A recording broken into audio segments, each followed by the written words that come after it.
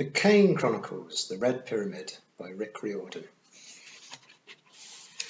The following is a transcript of a digital recording.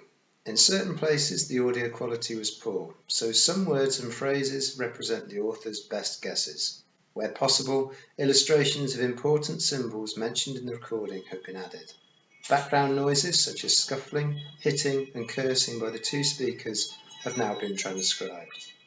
The author makes no claims for the authenticity of the recording.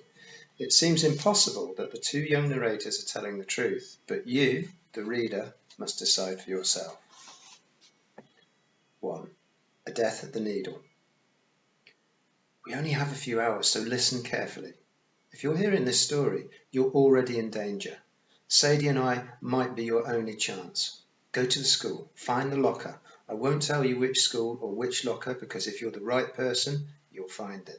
The combination is 13, 32, 33. By the time you finish listening, you'll know what those numbers mean. Just remember, the story we're about to tell you isn't complete yet. How it ends will depend on you.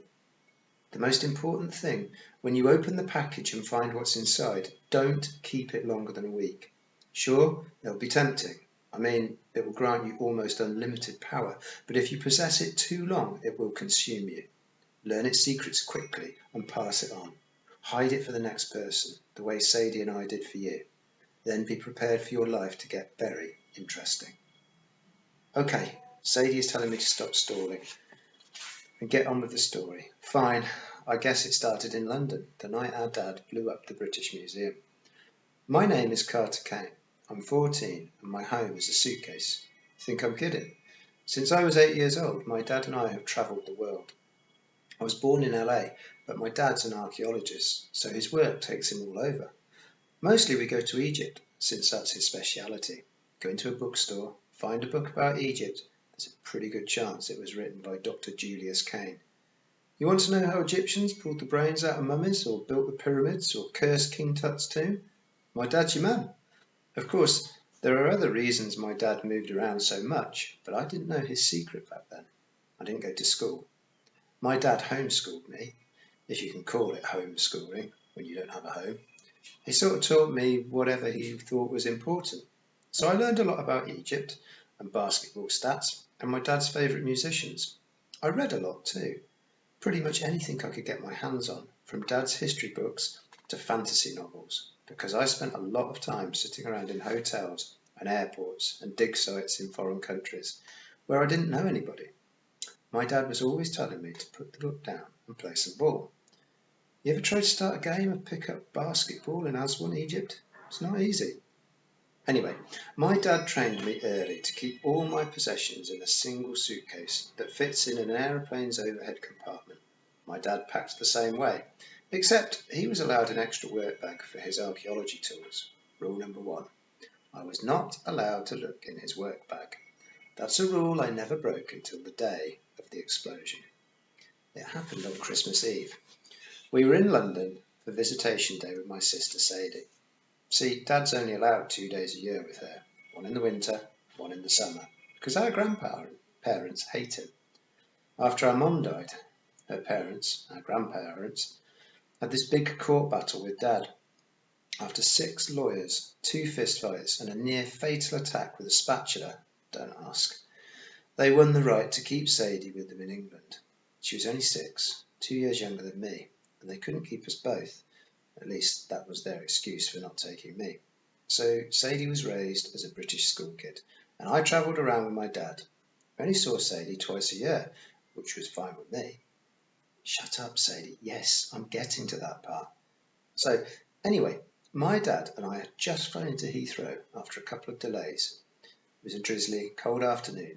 The whole taxi ride into the city, my dad seemed kind of nervous. Now, my dad is a big guy. You wouldn't think anything could make him nervous. He was dark brown, skin like mine, piercing brown eyes, a bald head and a goatee. So he looks like a buff, evil scientist. That afternoon, he wore his cashmere winter coat and his best brown suit, the one he used for public lectures. Usually, he exudes so much confidence that he dominates any room he walks into. But sometimes, like that afternoon, I saw another side to him that I didn't really understand. He kept looking over his shoulder like we were being hunted. "Dad," I said as we were getting off the A40, "what's wrong?" "No sign of them," he muttered. Then he must have realised he'd spoken aloud, because he looked at me kind of startled. "Nothing, Carter. Everything's fine." Which bothered me, because my dad's a terrible liar. I always knew when he was hiding something, but I also knew no amount of pestering would get the truth out of him. He was probably trying to protect me, though from what, I didn't know.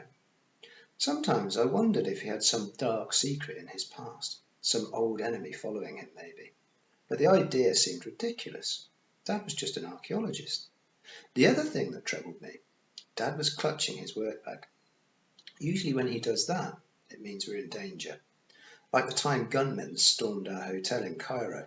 I heard shots coming from the lobby and ran downstairs to check on my dad.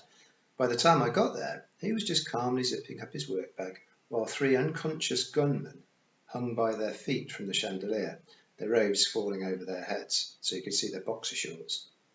Dad claimed not to have witnessed anything, and in the end the police blamed a freak chandelier malfunction.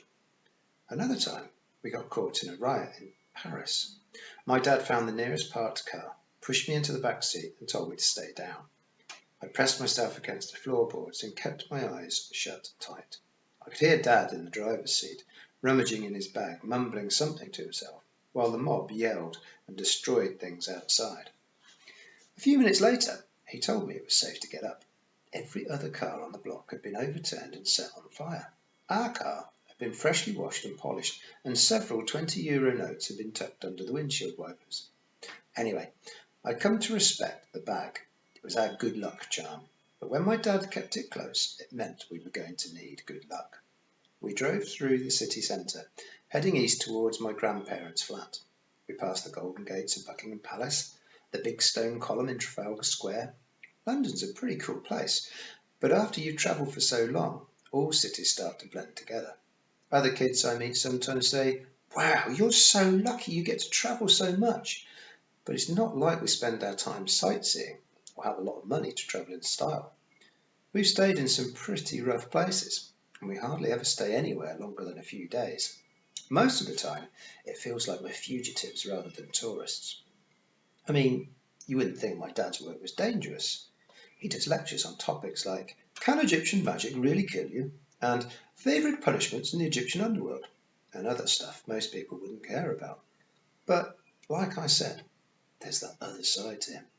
He's always very cautious, checking every hotel room before he lets me walk into it.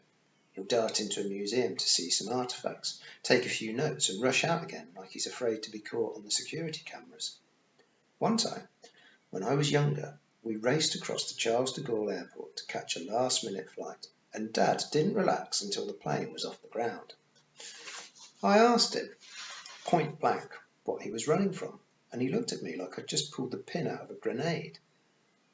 For a second, I was scared he might actually tell me the truth. Then he said, "Carter, it's nothing," as if nothing were the most terrible thing in the world.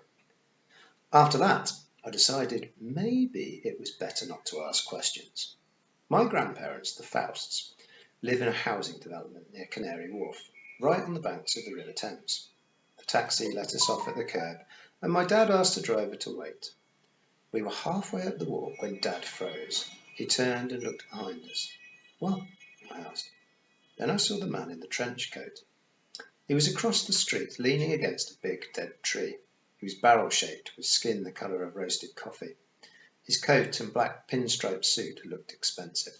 He had long braided hair and wore a black fedora pulled down low over his dark round glasses. He reminded me of a jazz musician, the kind my dad would always drag me to see in concert. Even though I couldn't see his eyes, I got the impression he was watching us. He might have been an old friend or colleague of Dad's. No matter where we went, Dad was always running into people he knew. But it did seem strange that the guy was waiting here, outside my grandparents. He didn't look happy. "Carter," my dad said, "go on ahead. But get your sister. I'll meet you back at the taxi." He crossed the street towards the man in the trench coat, which left me with two choices: follow my dad and see what was going on, or do what I was told. I decided on the slightly less dangerous path. I went to retrieve my sister. Before I could even knock, Sadie opened the door. "Late as usual," she said.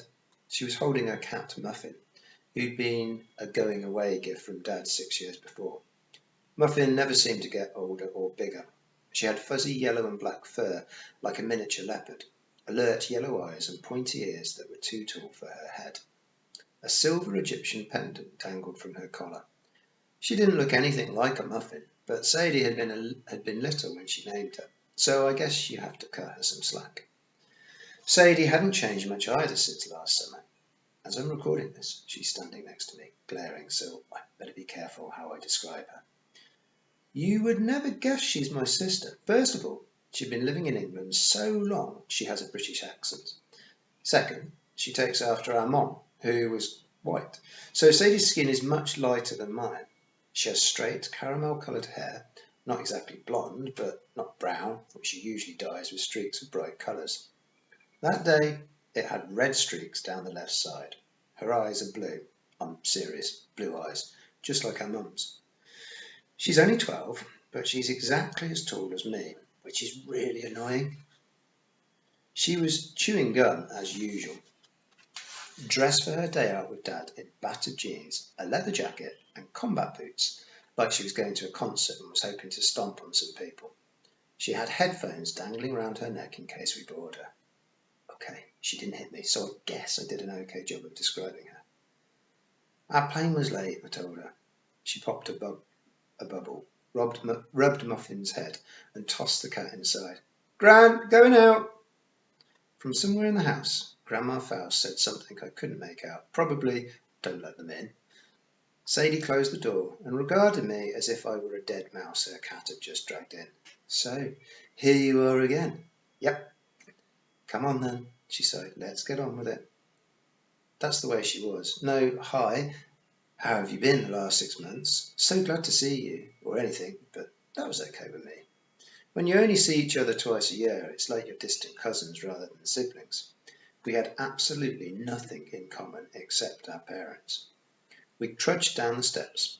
I was thinking how she smelled like a combination of old people's house and bubblegum when she stopped so abruptly I ran into her. "Who's that?" she asked. I'd almost forgotten about the dude in the trench coat. He and my dad were standing across the street next to the big tree, having what looked like a serious argument. Dad's back was turned so I couldn't see his face, but he gestured with his hands like he does when he's agitated. The other guy scowled and shook his head. "Dunno," I said. "He was there when we pulled up." "He looks familiar." Sadie frowned like she was trying to remember. "Come on." "Dad wants us to wait in the cab," I said, even though I knew it was no use. Sadie was already on the move. Instead of going straight across the street, she dashed up the sidewalk for half a block, ducking behind cars, then crossed to the opposite side and crouched under a low stone wall. She started sneaking towards our dad. I didn't have much choice but to follow her example, even though it made me feel kind of stupid. 6 years in England, I muttered, and she thinks she's James Bond. Sadie swatted me without looking back and kept creeping forward. A couple more steps, and we were right behind the big dead tree. I could hear my dad on the other side saying, "Have to, Amos. You know it's the right thing." "No," said the other man, who must have been Amos. His voice was deep and even, very insistent. His accent was American. "If I don't stop you, Julius, they will. The per rank is shadowing you." Sadie turned to me and mouthed the words, "Per what?" I shook my head, just as mystified. "Let's get out of here," I whispered, because I figured we'd be spotted any minute and get in serious trouble. Sadie, of course, ignored me. "They don't know my plan," my father was saying. "By the time they figure it out,